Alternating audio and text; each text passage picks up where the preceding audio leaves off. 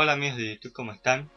Bienvenidos al canal Pro Channel PC en un nuevo video de cómo descargar efectos de sonido para sus videos de YouTube. Bueno, lo primero que van a hacer es irse al link que está abajo en la descripción del video. Lo subí a Mega, el archivo que contiene los efectos de sonido. Bueno, una vez cargado le dejaré acá este archivo. Le damos clic derecho y extraer aquí. Esperamos que cargue.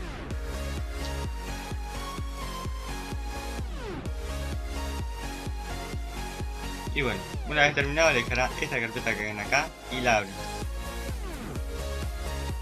Y bueno, aquí están todos los efectos de sonido, son 72 efectos de sonido, como este, el de la espada.